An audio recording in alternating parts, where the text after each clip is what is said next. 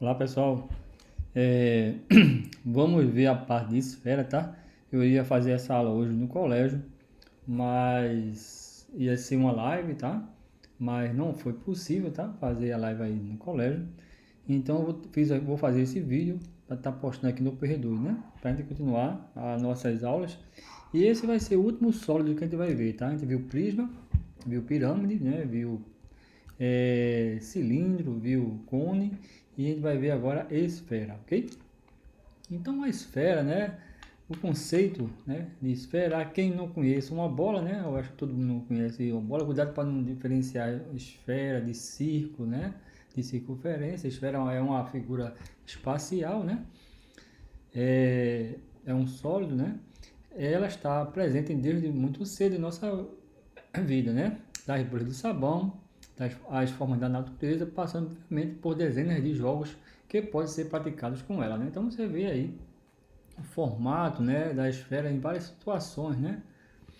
A atração pela nossa é, atração pela forma esférica não é prerrogativa do homem moderno, pois desde a antiguidade grega essa forma é considerada padrão de equilíbrio e perfeição, como mostra a frase a seguir, que é acreditada por Aristóteles, tá?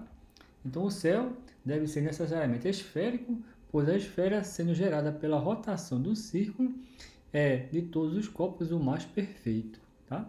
Além do fascínio estético, a forma esférica permitiu grandes invenções e descobertas. Né? O próprio Aristóteles foi um dos primeiros pensadores a defender a concepção esférica da Terra. Tá?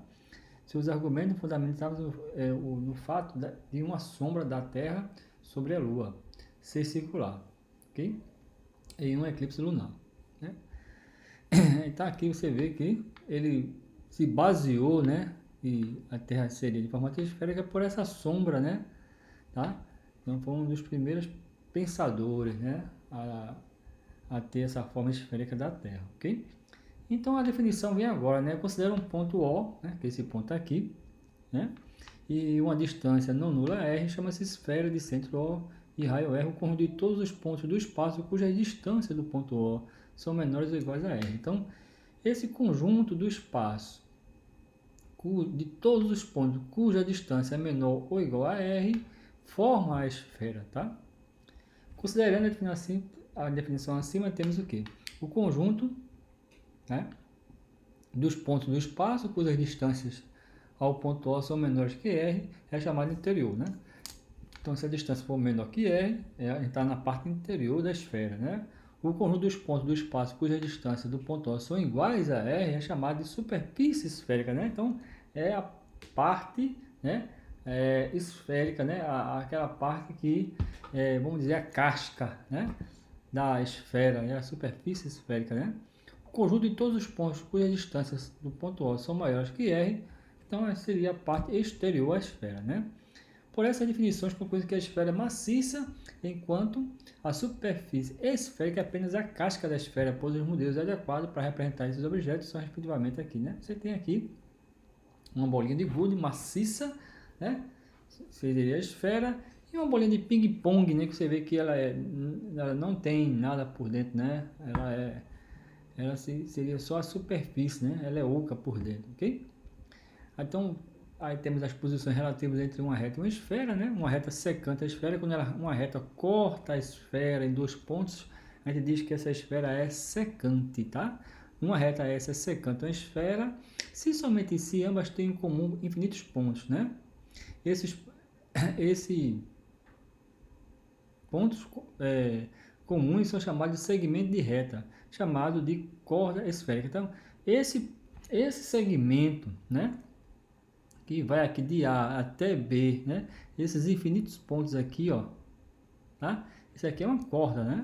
É uma corda da esfera, ok? Vamos lá, reta tangente. Uma reta é tangente, é uma esfera, somente assim, mas tem um ponto comum, um único ponto, né? Então ela passa, na verdade, ela toca na superfície esférica em um único ponto, né? Essa parte aí, então essa reta seria uma reta tangente, né? Quando ela tem um único ponto de interseção. O raio da esfera é perpendicular à reta tangente no ponto de contato, né? Segue aquela mesma ideia da circunferência tangente, né? Aqui temos reta exterior à esfera, né? Se ela passa por fora da esfera, então ela é exterior. Posições relativas entre um plano e a esfera, né? Um plano ele pode ser secante, isso aqui é importante, tá? Então, o seguinte, né? Você tem aqui uma esfera, tá?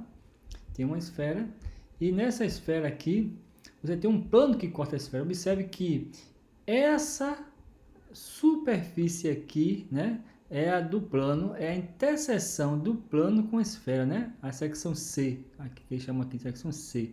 Na verdade, você cortou essa região aqui do plano, ela é a região do plano e ela também é uma região daqui da esfera, tá?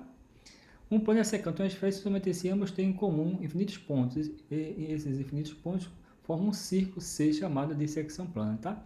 Então, essa interseção sempre vai ser qualquer que seja a secção plana que você faça numa esfera, sempre a interseção do plano com a esfera vai ser um círculo, tá? À medida que você se aproxima das extremidades aqui, o seu círculo vai diminuindo. À medida que você se aproxima aqui do centro, o círculo vai aumentando, né?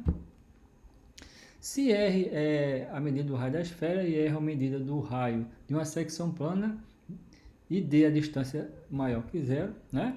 Uma distância D, né? E D com D maior que a distância do plano ao centro da esfera, temos que o teorema de Pitágoras. Olha, isso aqui é importante, tá? Porque é uma relação que se cria entre o centro da seção, o centro da esfera, tá? E o raio, né? Você tem aqui entre o centro da seção, né? Que é o centro do círculo, e o centro da esfera, ele chamou de D, a distância. Isso aqui, né? Essa distância aqui do centro da seção até o ponto da esfera aqui, isso aqui na verdade é o raio da seção, né? É o raio desse círculo.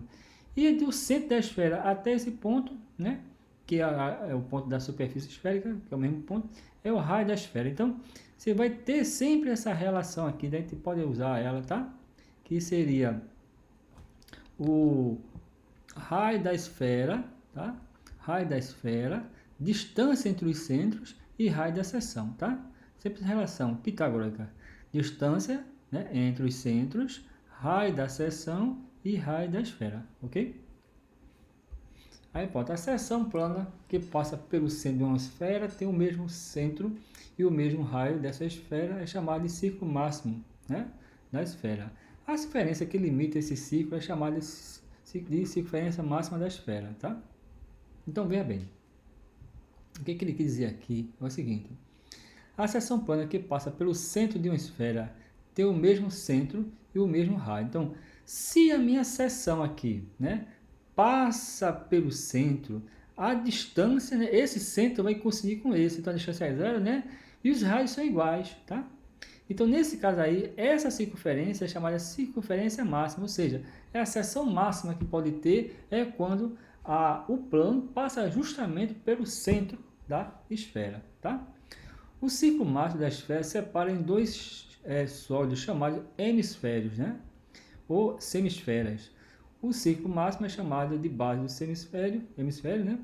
Cujo raio é o próprio raio da esfera, né? Então aqui você tem o círculo máximo, dividir um hemisfério, a gente chama de hemisfério norte e hemisfério sul, tá? O raio da esfera é perpendicular ao plano tangente ao ponto de contato, né? Nesse caso aqui, é quando o plano não é secante, o plano ele é tangente. Então, no ponto de tangência, o raio é perpendicular, ok? Aqui você tem a demonstração, né? E o plano também pode ser... São as três posições que eu posso ter, tá? Ele fala aqui. Essa aqui é a mais comum, tá? Que é a seção, né? Secante. Então, a seção pode ser secante, tá? A seção pode ser tangente, né? O plano, né? O plano pode ser secante, desculpe. O plano pode ser tangente e o plano pode ser exterior, né? Ela não tem contato com a esfera, tá? Bom, aqui tem um exercício, né? Um plano alfa secciona uma esfera de raio 10 cm, então você tem aqui o raio da esfera, né? A distância 6, ok? E R é o raio da seção. Calcular a medida R do raio da seção, né? Então aqui você apenas ia aplicar, né, a relação de Pitágoras, né? R ao quadrado é igual ao raio ao quadrado mais a distância ao quadrado, né? Onde esse raio aqui é 10, aqui é aquela triângulo pitagórico, né? O raio é quadrado e a distância aqui é 6, né? Bom, então aqui você vai ter 100 igual a r ao quadrado mais 36, ok? Ou seja, r ao quadrado igual a 100 menos 36. É aquele triângulo pitagórico, né, que vai dar 8, né? Vai dar 64, então a raiz de 64 vai dar 8. Então quer dizer que o raio da seção era de 8 centímetros, né? Vou apagar aqui por...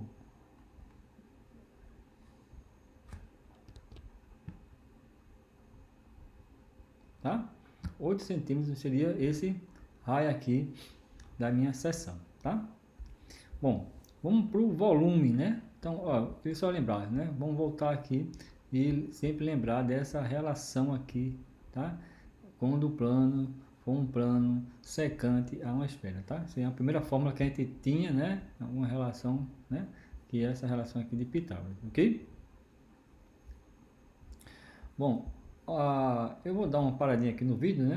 Para a gente continuar vendo aqui o volume, ok? Eu já volto. Até mais.